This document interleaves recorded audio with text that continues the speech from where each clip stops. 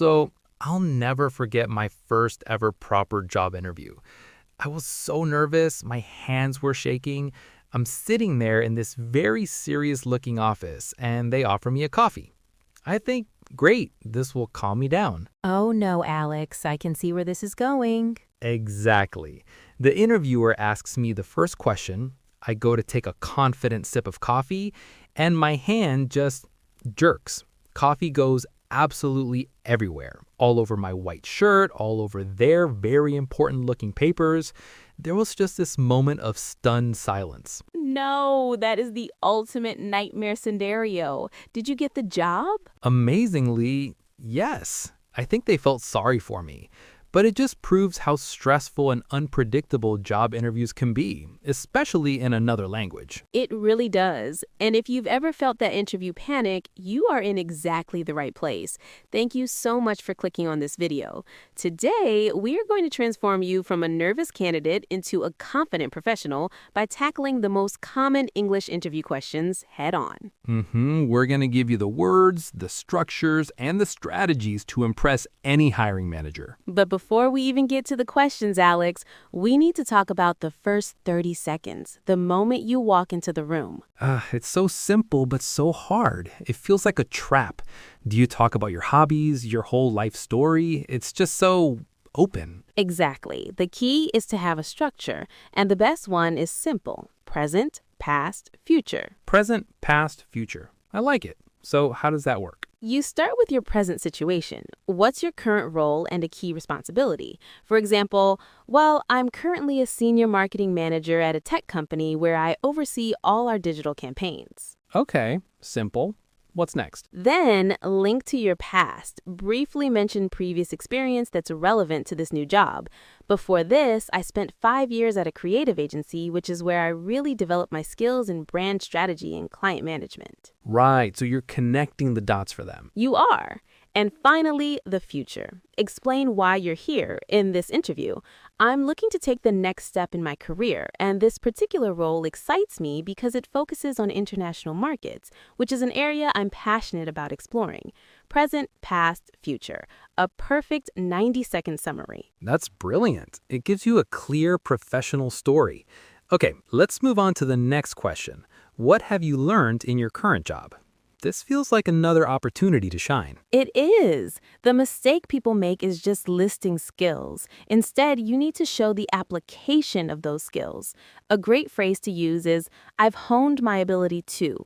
To hone means to sharpen or perfect the skill. I love that verb, hone. It sounds so professional. It really does. So let's do a hear, repeat, and learn section with this. Listen to the phrase, then repeat it out loud after me. Ready? In my current role, I've honed my ability to manage complex projects. Okay, your turn to repeat it. Nice. And why is that so effective, Chloe? It shows you're not just a passive learner, you're actively developing. You can follow it up with a specific example of a project you managed. Always give evidence. This connects perfectly to the next question. What are your strong points? Right. It's not enough to just say, I'm a great team player. You have to prove it. For example, I believe my strongest asset is my ability to communicate effectively. In my last project, our team faced a major deadline issue, and I was able to mediate between the technical and sales teams to create a new timeline that everyone agreed on. We delivered the project successfully as a result. That's the perfect answer. You state the strength, give a specific example, and show the positive results. And if you're finding this advice helpful, this is a great time to hit that subscribe button so you don't miss our future business English tips. Okay, so we've handled the positive questions. Now we have to go into the darkness, the question everyone fears. What are your weak points? Dun, dun, dun. Okay, to show you how badly this can go, Alex is going to play the candidate and I'll be the interviewer. Let's do a role play of a really poor answer. I'm ready. And nervous. So, Alex, thank you for that. Could you tell me, what would you consider to be your biggest weakness? My biggest weakness?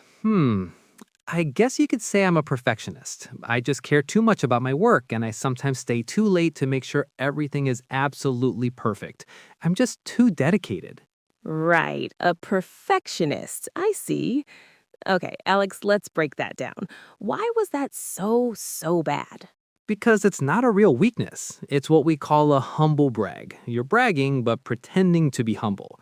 The interviewer has heard this answer 1,000 times, and it sounds completely dishonest. Exactly. They are testing your self awareness. So, a good answer has three parts. First, state a real but not critical weakness. Second, explain what you are doing to improve it. Third, frame it positively. Okay, give me an example. Sure, you could say, in the past, I sometimes found it challenging to delegate tasks effectively as I wanted to ensure everything was done to a high standard. However, I've taken project management courses and learned to trust my team's abilities, which has improved our overall efficiency and my leadership skills. Wow. Okay, that's a million times better. It's honest, it shows you're proactive, and it ends on a positive. That's fantastic. This whole idea brings me to a really crucial point, a major turning point in how you should think about interviews. Mm-hmm. What's that? An interview is not an examination. It's a two-way street. It's a professional conversation to see if you and the company are a good fit for each other.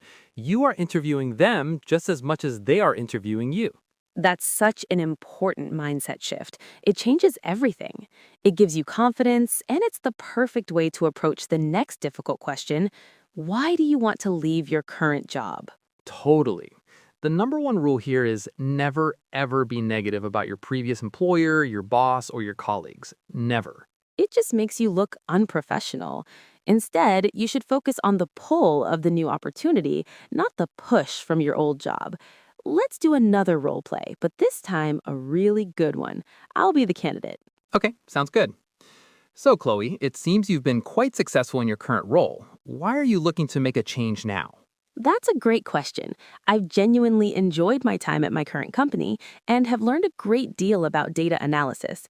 However, I'm now at a stage where I'm eager to take on more leadership responsibilities and work on a larger scale.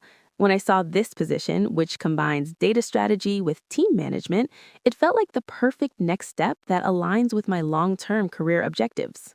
Perfect. Just perfect. Let's look at that language. You started by being positive about your old job. Genuinely enjoyed my time. Right. Then I used phrases like eager to take on more responsibility and perfect next step. It's all about positive, forward looking language. That last part, aligns with my long term career objectives, is a beautiful way to transition to the final question on our list today. What are your career objectives? This is where you show you've done your research. You need to show that your goals and the company's goals are going in the same direction. It shows ambition and a strategic mindset. And speaking of being strategic, if you're serious about leveling up your professional English, we've created something amazing for you. It's our free Essential British English Guide, packed with phrases, tips, and vocabulary. The link is in the description box below. It's an absolute game changer. Definitely check that out. And while you're there, if you haven't already, please do subscribe to the channel. We have a whole library of episodes like this one to help you achieve your goals. We do indeed. Okay, Alex, it's time. We've gone through the questions, we've shifted our mindsets.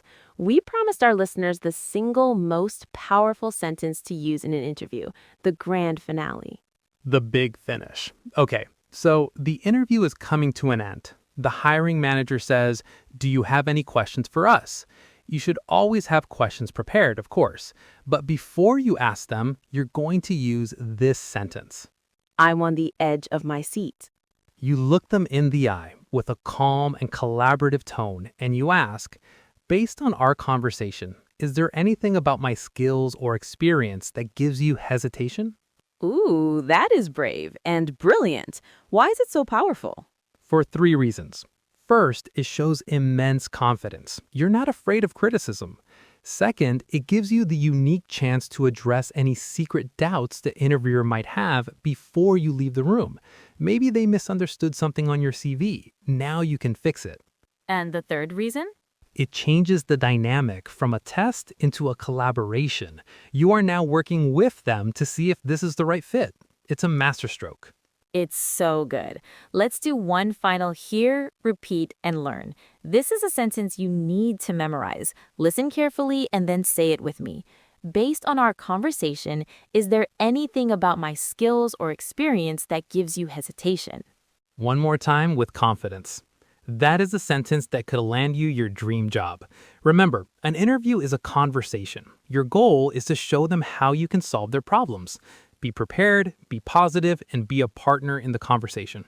Absolutely. And we would love to continue the conversation with you. We have one question for you to answer in the comments below. What's the one interview question that you are most afraid of? Let us know in the comments.